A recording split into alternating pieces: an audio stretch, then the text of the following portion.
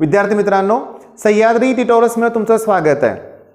आता बऱ्याच जणांना प्रश्न पडला असेल की क्वेश्चन बँक मिळाले तर मग हे कशाला आम्हाला IMP क्वेश्चन्स प्रोव्हाइड करतायत. तर मी तुम्हाला प्रत्येक लेक्चरला सांगत आलोय की क्वेश्चन बँक ही पुरेसी नाही आहे.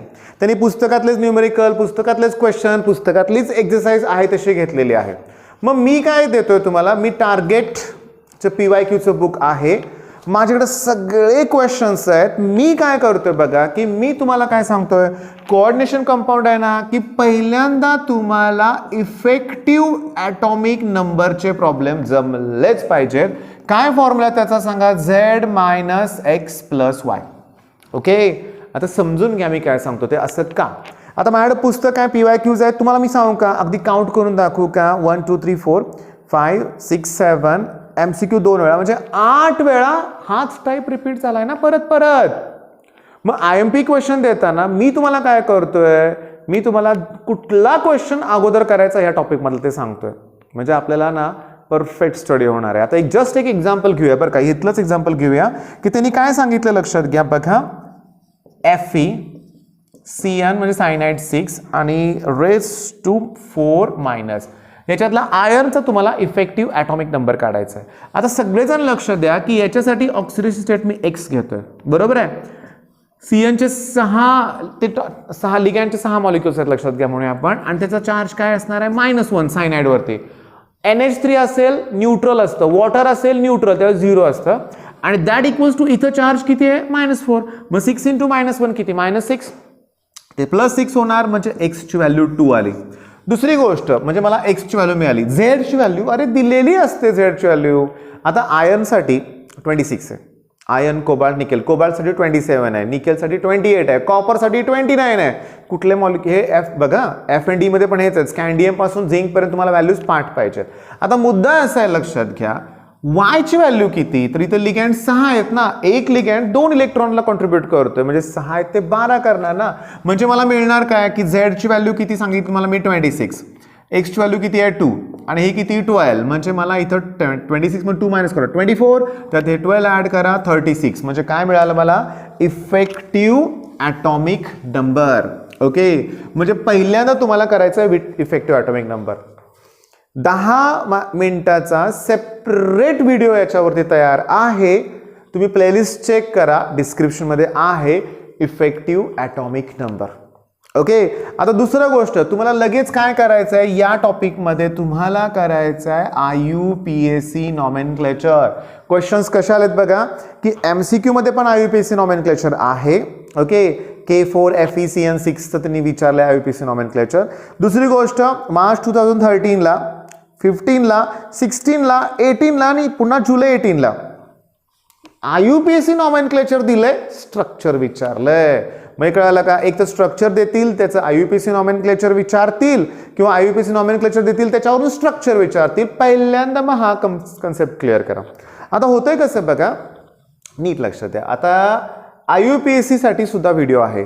मी काय केलं माहिती आहे का, की अगदी लॉकडाऊनच्या सुरुवातीलाच कोऑर्डिनेशन कंपाऊंड मी हा व्हिडिओ लेक्चर त्यात प्रोव्हाइड केलं म्हणूया आपण, आणि माझ्या लक्षात आलं की एकच टॉपिक वन शॉट घ्यायचं म्हणलं ना तर मुलांना ती कन्सेप्ट हुडकायला वेळ लागतो.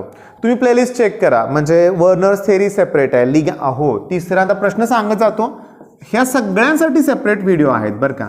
लिगँड्स, आता लिगँड्सवरती क्वेश्चन काय येतो, त्याची डेफिनेशन विचारतील आणि क्लासिफिकेशन विचारतील. आणि तसंच आहे लक्षात घ्या बघा, त्यांनी 4 लिगँड्स दिलेत ऑक्टोबर 2014च्या ह्याच्यामध्ये, आणि त्याला त्यांनी क्लासिफाय करायला सांगितलं मोनोडेंटंट आणि पॉलिडेंटंट मध्ये, आणि एक टाईप अजून असतो ना ॲम्बिडेंटंट, त्यामुळे तुम्हाला लिगँड हा एक पॉईंट करायचा आहे. बरं, या टॉपिकमध्ये आता एवढे क्वेश्चन झाले, पुढं काय तर तुम्हाला सांगतो. आणि असे क्वेश्चन्स मला अगोदर हवे आहेत की जे जास्तीत जास्त वेळा रिपीट होत आहेत, आणि त्यासाठी मी स्टार करतोय V.B.T बाळानो, व्हॅलेन्स बॉन्ड थिअरी. त्याचे पोस्टुलेट्स करा, कदाचित ह्या वर्षी येईल प्रश्न 2 मार्काला, गिव्ह पोस्टुलेट. पण मग आतापर्यंत क्वेश्चन्स कुठले आले तर तुम्हाला सांगू का की तुम्हाला व्हॅलेन्स बॉन्ड थेअरीचा वापर करून ना एखादा मॉलिक्युलचे तुम्हाला म्हणजे कॉम्प्लेक्स कोऑर्डिनेशन कॉम्प्लेक्सची तुम्हाला जिओमेट्री एक्सप्लेन करायला होती. तो डायमॅग्नेटिक पॅरामॅग्नेटिक हे तुम्हाला ओळखायचं असतं. मग याच्यावर पण सेपरेट व्हिडिओ आहे, म्हणजे तुम्हाला मी क्लिअरली सांगू का, लक्षात घ्या की समजून घ्या. आता इथला एक आहेच बरं का, समजून घ्या. जॉमेट्रीज एक्सप्लेन करायला सांगितले, कोबाल्ट NH36 आणि 3+ असं आहे. आता इथं काय करावं लागतं लक्षात घ्या की तुम्हाला कॉन्फिगरेशन लिहायला जमलं पाहिजे. आयर्न कोबाल्ट निकेल, मग आयर्न 26 कोबाल्ट 27. आता कोबाल्ट 27 जरी असला तर त्यानं 3 म्हणजे कोबाल्टचं बघा जनरली त्याचं कॉन्फिगरेशन कसं असणार आहे की ऑर्गॉन 3d7 आणि 4s2. ठीक आहे, पण 3 इलेक्ट्रॉन दिले की इथले 2 जाणार आहेत आणि इथला 1 जाणार आहे म्हणजे 3d6 उरला. ओके म्हणजे डी ऑर्बिटल मध्ये 6 इलेक्ट्रॉन असणार आहे. तुम्हाला हर्ट्झ रूल माहित आहे, इलेक्ट्रॉन सिंगली फील होणार 1 2 3 4 5 आणि 6. अरे पण त्याच्या शेजारी जो लिगँड आहे तो स्ट्रॉंग फील्ड लिगँड आहे. तो काय करतो माहितीये का, ह्या सगळ्या इलेक्ट्रॉनला पेअर्ड करतो म्हणूया आपण. म्हणजे इथले हे 2 इलेक्ट्रॉन इकडे शिफ्ट होत आहेत म्हणजे हे 2 ऑर्बिटल माझ्यासाठी अवेलेबल आहेत. त्याच्यानंतर पी ऑर्बिटल आपल्याकडे अवेलेबल असणार, सॉरी पी नाही आहे, त्यानंतर 4s आहे आणि त्यानंतर 4p येणार आहे. लक्षात घ्या का असं मी काढतोय 1 2 3 4 5 6 म्हणूया आपण, कारण मला इथं 6 पाहिजेत. लक्षात घ्या म्हणजे D2sp2 असं हायब्रिडायझेशन तुम्हाला मिळतं. आता हे सगळं मी त्या व्हिडिओमध्ये एक्सप्लेन केलंय, म्हणजे तुम्हाला लिहायचं कसं हे पण मी सांगितलं थिअरीला. म्हणजे तुम्हाला कॉन्फिगरेशन लिहायचं आहे. ओके, ऑर्बिटल कुठल्या आहेत. आता मला सांगा स्ट्रॉंग फील्ड लिगँड असेल तर सगळ्या इलेक्ट्रॉनला पेअर करतोय, मग अनपेअर्ड इलेक्ट्रॉन शिल्लकच राहत नाही. मग अनपेअर्ड इलेक्ट्रॉन नाही आहे ना, म्हणजे तो डायमॅग्नेटिक येणार. ओके, आता V.B.T झाल्यानंतर तुम्हाला करायचं आहे आयसोमेरिझम. खूप अवघड वाटायचं बरं का मला, नेहमीच मला आयसोमेरिझम बरं का किचकट वाटायचं, लक्षात पटकन राहत नव्हतं. पण तुम्हाला मी क्लिअरली सांगू का, गेल्या वर्षी क्रॅश कोर्सला ना मी खूपच डिटेलमध्ये स्टडी केला होता याचा. व्हिडिओमध्ये तुमच्या पण लक्षात येईल की मला ते जमलंय. म्हणजे काय माहिती आहे का, आयसोमेरिझम ना नावावरून एक्झाम्पल तुम्ही कोरिलेट करा, लगेच लक्षात राहतंय लगेच. आणि काय होतं की स्ट्रक्चर्स थोडीशी अवघड वाटतात बाळांनो, पण काय नाही, आयसोमेरिझम इझी आहे. ते हायड्रेट लिंकेज आयसोमेरिझम, तुम्हाला एखादं आयसोमेरिझम एक्सप्लेन करायला विचारतील, explain linkage isomerism, explain ionisation isomerism, मग तुम्हाला आयसोमेरिझम करायचं आहे. मग बघा ना, कोऑर्डिनेशन कंपाऊंड असा मोठा टॉपिक वाटतोय, पण एवढं केलं की क्लिअरली होतंय ना. मग तुम्हाला वेगवेगळे कॉम्प्लेक्स तुम्हाला एक्सप्लेन करायचे आहेत. आणि लास्टला मी लिहितोय वर्नर्स थिअरी. वर्नर्स थिअरी, आता हा टॉपिक तुम्हाला तुमचा फेवरेट बनवायचा आहे का, रिॲक्शन्स नाही आहेत. 6 मार्काचं जर वेटेज असेल तर 6 मार्क हातातले आहेत, कारण सेक्शन 2 मध्ये रिॲक्शनची भीती वाटते आपल्याला. पण हा टॉपिक आपल्याला हेल्प करतोय हे लक्षात घ्या. म्हणजे काय होतंय बघा की कोऑर्डिनेशन कंपाऊंड, मी तुम्हाला सांगू का मी काय केलं रे आता बळावनो, मी काय केलं सांगा बघू. टार्गेटचं बुक हातात ठेवून ह्याच्यातलेच क्वेश्चन्स तुम्हाला प्रोव्हाइड करतोय. पण कसं होतं, हां यात दिलेत की IMP क्वेश्चन. आता मी पण जेव्हा 12th स्टँडर्डला होतो, ठीक आहे आमच्या वेळेस पण 21 अपेक्षित वगैरे असायचे, लक्षात घ्या. पण मी आज पण बघतो माझ्याकडे जेव्हा नवीन ॲडमिशन्स येतात ना या स्टेजला 12वीसाठी, मग ते बिचाऱ्या मुलांना माहितीच नाही आहे की या टॉपिकमधला कुठला क्वेश्चन जास्त वेळा रिपीट होतो. तसं स्टडी करायला मुलांना जमत नाही, अनुभव नाही आहे म्हणून. आता मी तुम्हाला कसं सांगितलं की इफेक्टिव्ह ॲटॉमिक नंबरच पहिला करा, ते येण्याचे चान्सेस जास्त आहेत. मी तुम्हाला सांगू का पहिले 3च टाईप असे आहेत बरं का की ह्याच्यावरती जास्तीत क्वेश्चन्स आलेत. म्हणजे ऑलमोस्ट कुठलाही पेपर काढा, म्हणजे आपण जर करायचंच म्हणलं तर मार्च 2013ला त्याच्यावरतीच क्वेश्चन आहे. 14ला IUPAC नॉमेनक्लेचर आहे. त्याच्यानंतर जर व्यवस्थित बघितलं आपण 14ला इफेक्टिव्ह ॲटॉमिक नंबर सुद्धा आहे.